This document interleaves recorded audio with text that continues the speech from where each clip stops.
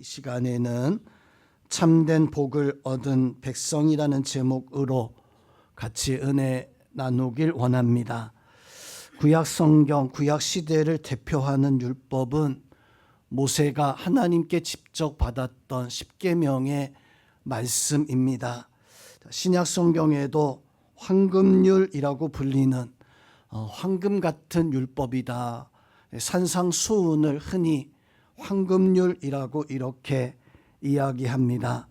오늘 말씀은 바로 그 황금률 산상수훈의 첫 번째 대목에 해당되어지는 말씀인데, 예수님께서 산에 올라가셔서 제자들에게 8가지 복에 관해서 말씀을 해주고 있습니다.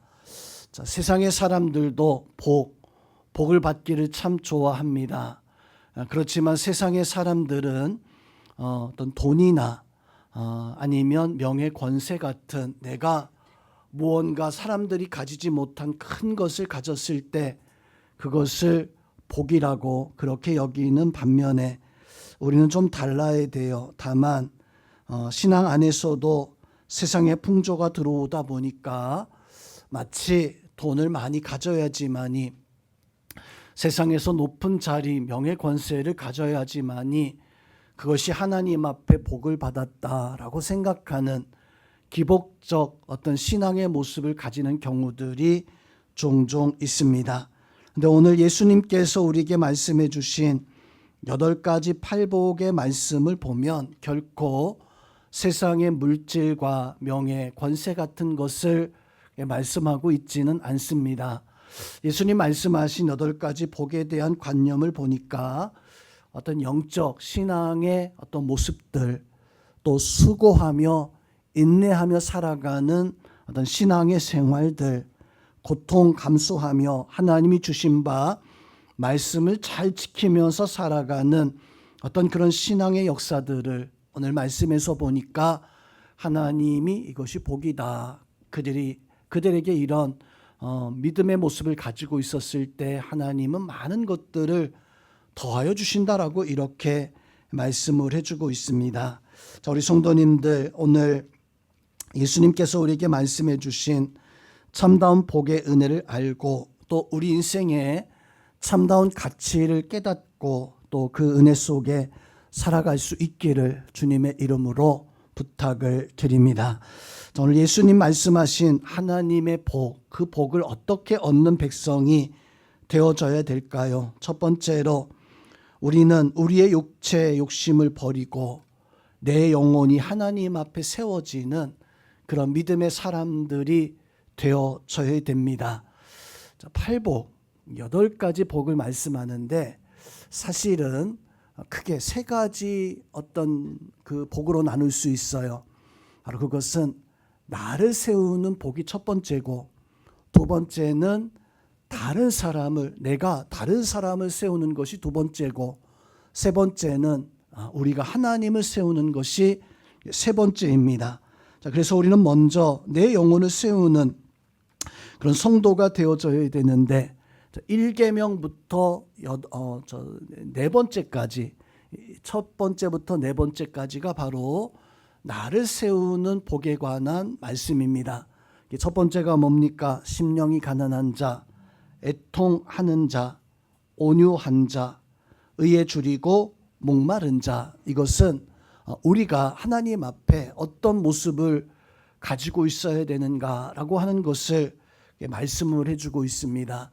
심령이 가난한 자, 심령이 가난하다라고 하는 말은 내 마음이 부하면, 내가 세상에서 원하는 것이 없으면, 내가 하나님을 찾지 않는, 심령이 가난해야지 하나님을 찾고 기도하고 말씀을 보면서 하나님이 이 말씀에 대한 어떤 그 배고픔을 우리가 달랠 수 있을 텐데, 심령이 가난해야지만이 하나님 앞에 우리가 예배하고 기도하고 찬양하는 그런 모습을 가질 수 있어요.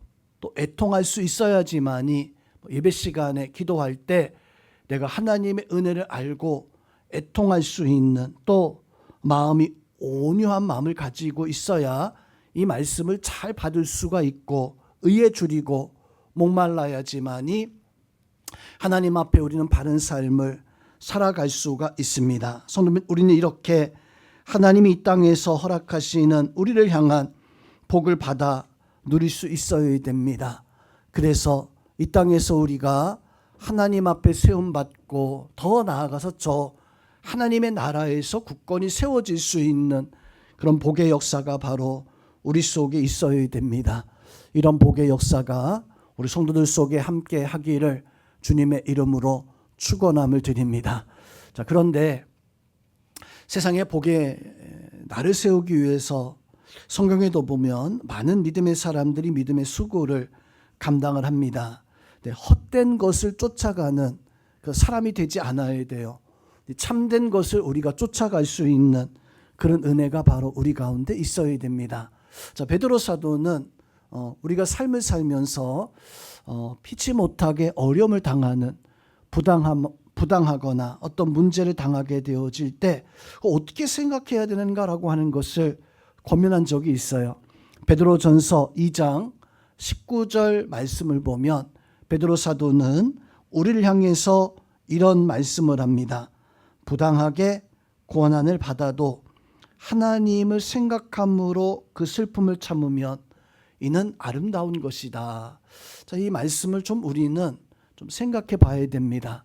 부당하게 참 피치 못하게 어려움을 당하게 되어지는데 그때 하나님을 생각함으로 우리가 참아내게 되어진다면 그건 참 아름다운 일이다. 여기서 이 부당하다는 말은요, 그냥 막 어떤 손해 당하는 일 뭐 이런 걸 말하는 게 아니에요. 우리가 하나님을 세우기 위해서 또 내가 하나님 앞에 믿음으로 살아가고자 하는데 피치 못하게 어떤 부당함을 당할 그런 순간들이 있습니다. 그때 기분 나쁘죠. 속상하죠. 기분 나쁘다고 내팽개치고 속상하다고 내버려 두면 안 된다는 거예요. 그걸 참고 인내했을 때 그것이 참 아름답다. 우리 어떨 때 참아야 됩니까? 어떨 때 수고해야 됩니까? 베드로 사도가 이 말씀 뒤에 보면 베드로전서 2장 20절에서 엉뚱하게 참는 것에 대해서 이런 말씀을 합니다. 죄가 있어 매를 맞고 참으면 무슨 칭찬이 있으리요. 나쁜 죄인이, 강도가, 살인자가 매를 맞는 거예요. 감옥의 형벌을 받는 거예요. 그걸 잘 참아냈습니다. 잘 참아내면 박수 받을 수 있겠느냐, 칭찬 받을 수 있겠느냐? 아니죠. 강도가 매를 맞는 것은, 악한 자가 매를 맞는 것은 오히려 참 잘했다, 오히려 저런 처벌을 받아야 돼, 그걸 참는다고 칭찬해 주는 것이 아니라 당연하게 여길 거예요. 그렇지만 성도 여러분, 우리는 그런 강도가 아니잖아요. 하나님 앞에 바른 믿음을 가지고 열심히 살려고 하면서 우리가 하나님 앞에 내가 바로 서기 위해서 애쓰고 수고하는데, 성도 여러분, 그런 수고와 그런 모습이 하나님 앞에 귀하고 하나님 앞에 인정받는 모습이 되어져야 됩니다. 바벨론 포로들이 바벨론에 의해서 이스라엘 백성들이 하나님의 심판을 받을 때 그 백성들은 하나님이 주시는 그 말씀에는 마음을 열지 아니하고 오히려 엉뚱한 곳에 마음을 열었어요. 근데 그 말은, 어떤 말을 이 백성들이 들었냐면, 하나님은 모든 신들, 모든 세상 것보다 가장 크고 놀라운 분이시다. 또 하나님은 이 성전을 지키시고 이 성전에 계시는 분이신데, 이 성전에서 가장 귀한 하나님이 우리 예배를 받으시는 곳이 이 성전이다. 그 말을 가만히 들어보면 전혀 틀린 말이 아닙니다. 세상의 모든 것들 위에 가장 높으신 분, 그분이 하나님이시다. 하나님이 이 성전을 지키시고 이 성전 가운데 계시고 이 성전에서 우리의 소망, 우리의 모든 것을 다 들어주신다라고 하는 그 말은 너무나 당연하고 너무나 확실한 말 같아요.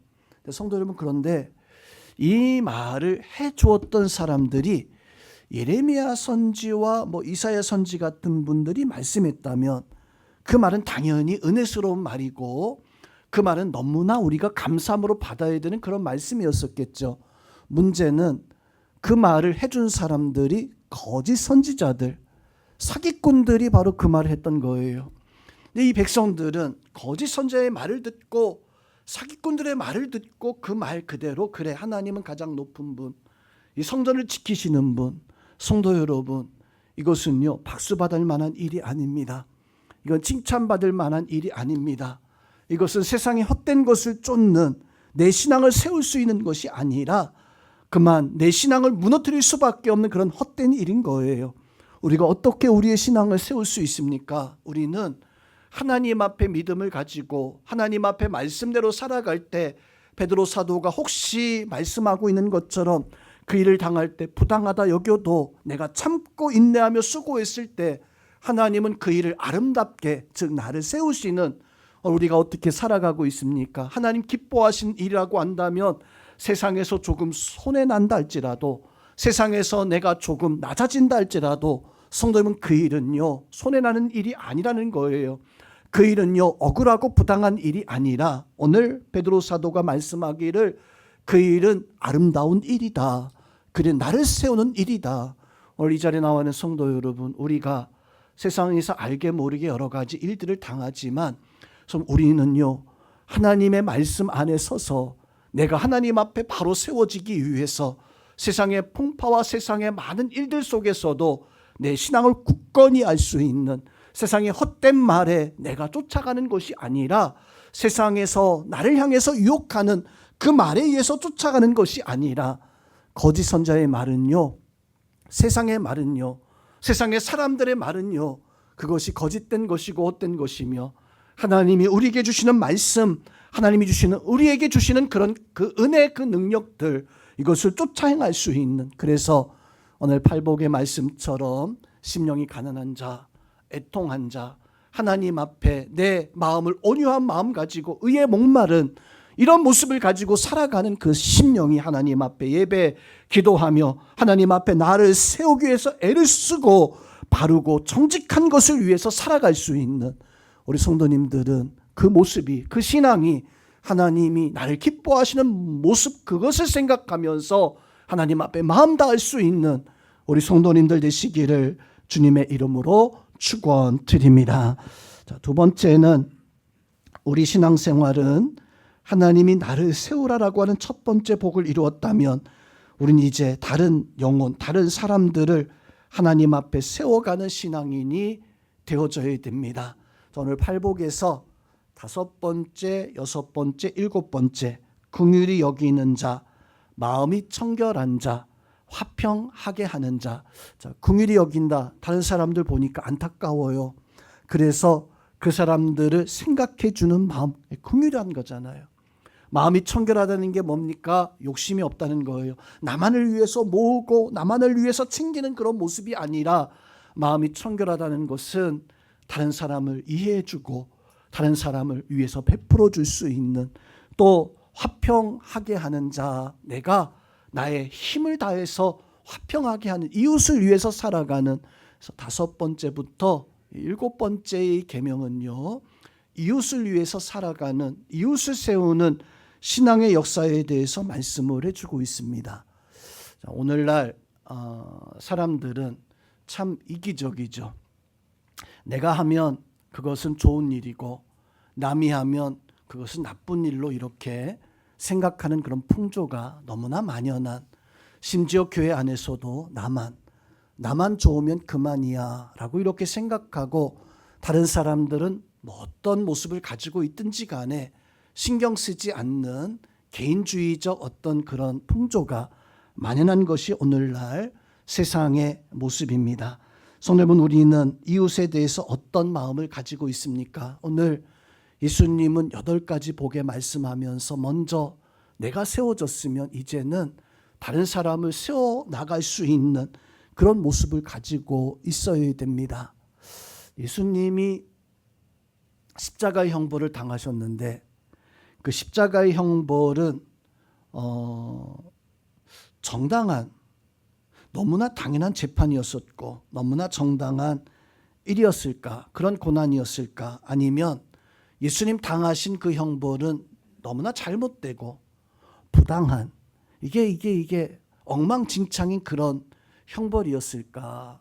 성도 여러분, 예수님이 왜 너무나 엉망진창, 부당하고 당연하지 않고 그 재판도 사기 같은 그런 재판이었었는데 왜 예수님은 그 재판에 바른 것을 말하지 아니하고 부당했음에도 불구하고 그렇게 묵묵히 모든 것을 다 감당하셨을까?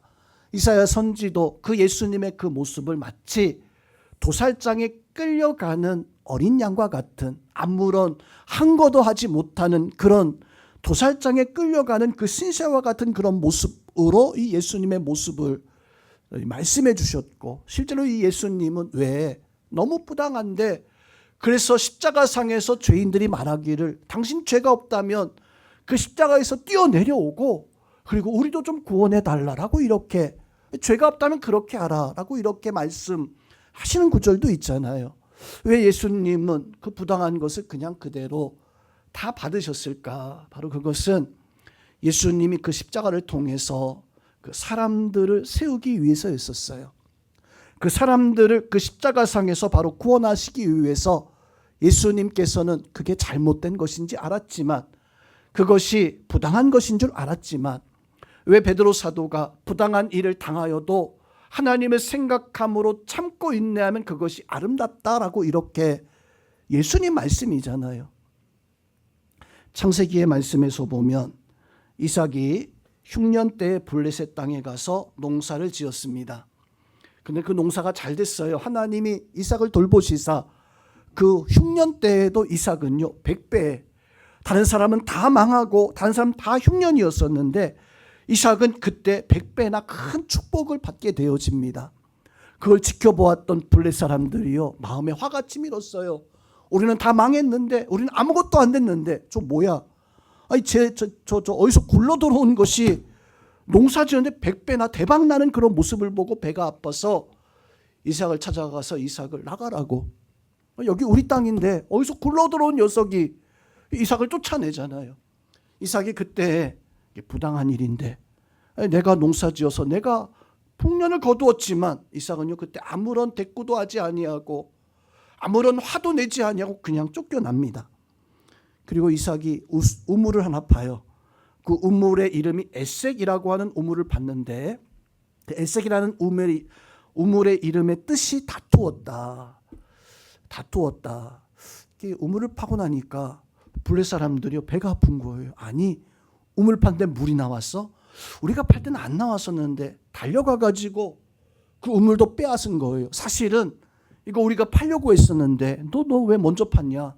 이거 우리가 묻어놓았던 건데 너 왜 먼저 파냈냐?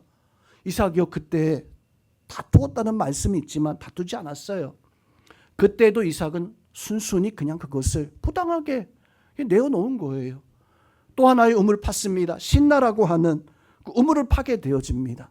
또다시 다투었다는 그 뜻을 가지고 있어요. 또 와서 빼앗아간 거예요. 이삭이 다시 또 쫓겨나서 르호봇이라고 하는 우물을 또다시 파게 되어집니다. 성도 여러분, 이삭이 이렇게 몇 차례 부당한 대우를 받으면서도 그냥 계속해서 쫓겨나게 되어지니까 블레셋 왕이 어느 날 자기 군대 장관 불러서 이삭에게 보내요. 그리고 이삭에게 가가지고 그냥 엎드려서 두 손 들고 항복해 버립니다. 블레셋 왕이 생각하니까 이게 너무 이상한 거예요. 이 땅에서 농사 지었는데 다 망했는데 이삭만 100배 축복을 얻었다고 하니까 참 이상하잖아요. 또 우물을 팔 때 가서 파서 보면 거기가 사막 땅이고 모래 땅이고 물이 안 나오는 게 사실은 정상인데, 그래서 우물을 찾기 위해서 몇 군데를 분명 파왔을 거예요. 그런데 다 안 됐거든요. 있던 것도 파봤지만 안 됐거든요. 이삭이 팠던 것이 안 되던 곳이었었어요. 이삭이 가가지고 그곳에서 우물을 팠더니 거기서 물이 터져 나와서 그걸 빼앗고 또 파니까 또 나오고 또 파니까 또 나오고, 블레셋 왕이 그 이삭을 보니까 야, 이거는 건들면 안 되는 사람이구나. 저 이삭이라고 한 사람은 그 뒤에 하나님, 만군의 여호와 하나님이 있다는 그 믿음이 확 들어서 군대 장관을 보내가지고 가서 빌었던 거예요. 사실은 제발 한 번만 좀 살려달라고. 지금까지 당신에게 우리가 이렇게 많이 잘못했는데 가만히 생각해 보니까 우리가 완전히 망하게 생겼거든요. 이삭을 잘못 건드려서 완전히 무너지게 생겼거든요. 가서 손을 빌면서 성경에서는 보면 이삭과 화해하고 동맹을 맺었다라고 말씀하고 있지만 사실은 두 손 들고 무릎 꿇고 항복한 거예요. 제발 좀 우리 살려달라고. 성도 여러분, 그 이삭을 보면서 우리는 예수 그리스도의 십자가의 그 은혜를 보게 되어집니다. 예수님은 왜 그런 부당한 일에 아무런 말씀도 하지 아니하시고 묵묵히 그 일을 다 감당하셨는가? 바로 그것은 예수님을 십자가에 못 박게 하신 그 사람들을 세워주기 위해서, 그 사람들을 살려내기 위해서. 왜 이삭이 싸우지 않고 왜 그 부당한 대우에, 그 빼앗긴 데 불구하고 묵묵히 그렇게 나왔을까요?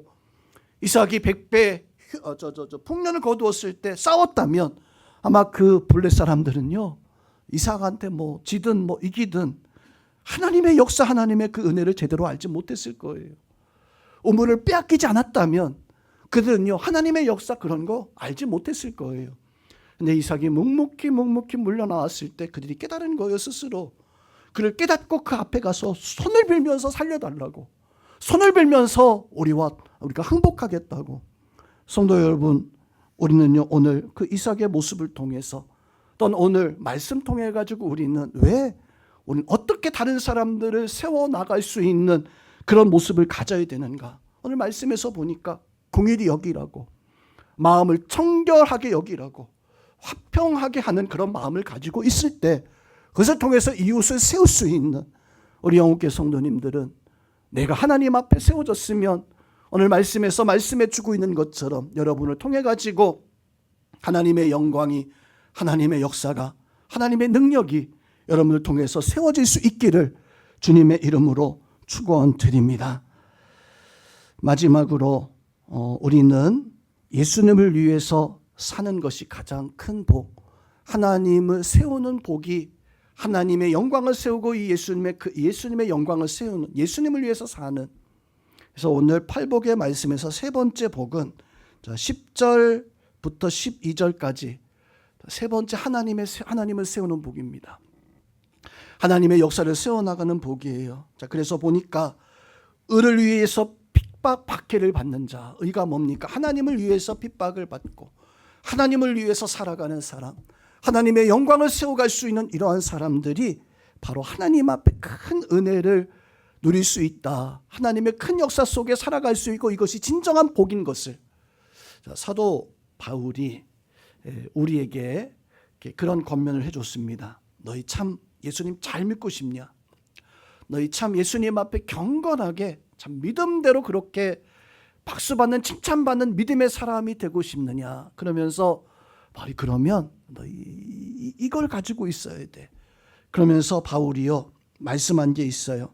디모데후서 3장 12절 말씀에서 보니까 바울 사도가 이렇게 말씀합니다. 무릇 그리스도 예수 안에서 경건하게 살고자 하는 사람은, 무릇 예수님 안에서 너희가 믿음답게 경건하게 정말 크리스찬답게 살고자 한다면은 박해를 받아야 된다.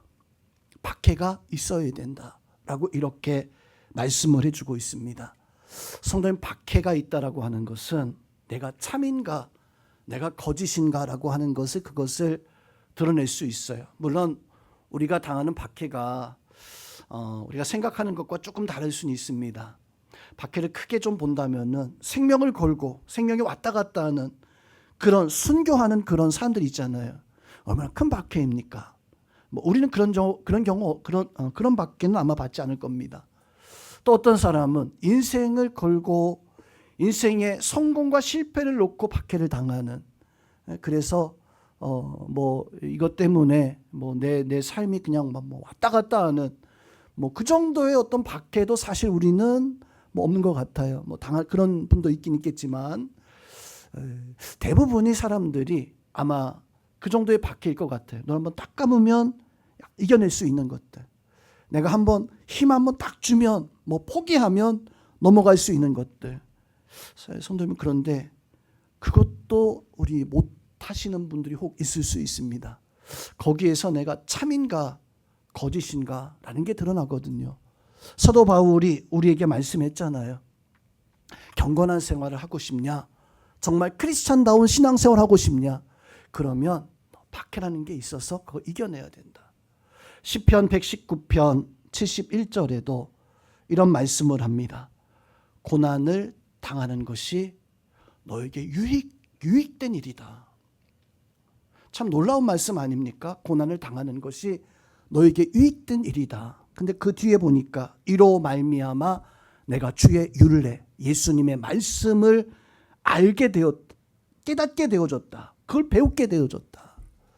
성도님은 우리가 어떤 고난도 없고 하나님의 역사를 그걸 도무지 세우지 못하면 하나님의 말씀도 사실은 알지 못하는 거예요.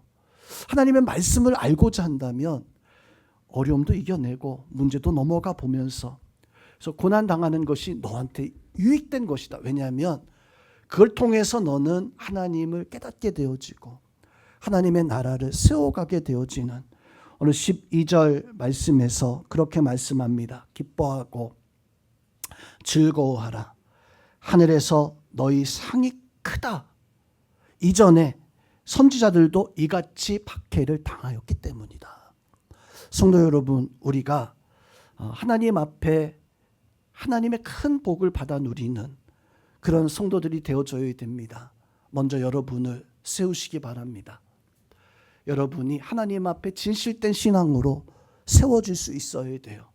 내가 세워졌으면 성도 여러분, 누군가 가족이 되어졌던, 친구가 되어졌던, 이웃이 되어졌던 세울 수 있는 그런 심령들, 그리고 마지막으로 우리는 하나님의 나라를 세워가는, 하나님의 교회를 세워가는, 신앙의 역사는요 나를 위해서 사는 것이 아니에요.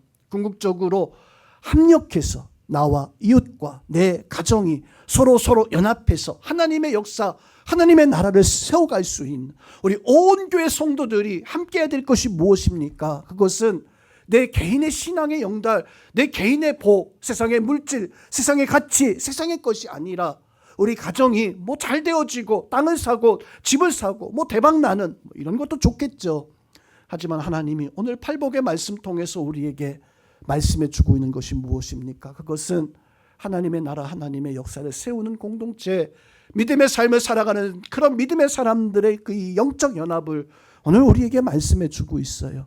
이 말씀 통해서 어떤 어려움이 있다 할지라도 이겨내고 승리하고 마지막에 하나님의 역사를 세울 수 있는, 하나님의 나라를 세워갈 수 있는 우리 성전 건축하고 있는데, 이것이 참 귀하고 귀한 일입니다. 합력하여서 이 모든 일을 감당해 나가는 우리 모든 성도님들 되시기를 주님의 이름으로 축원드립니다.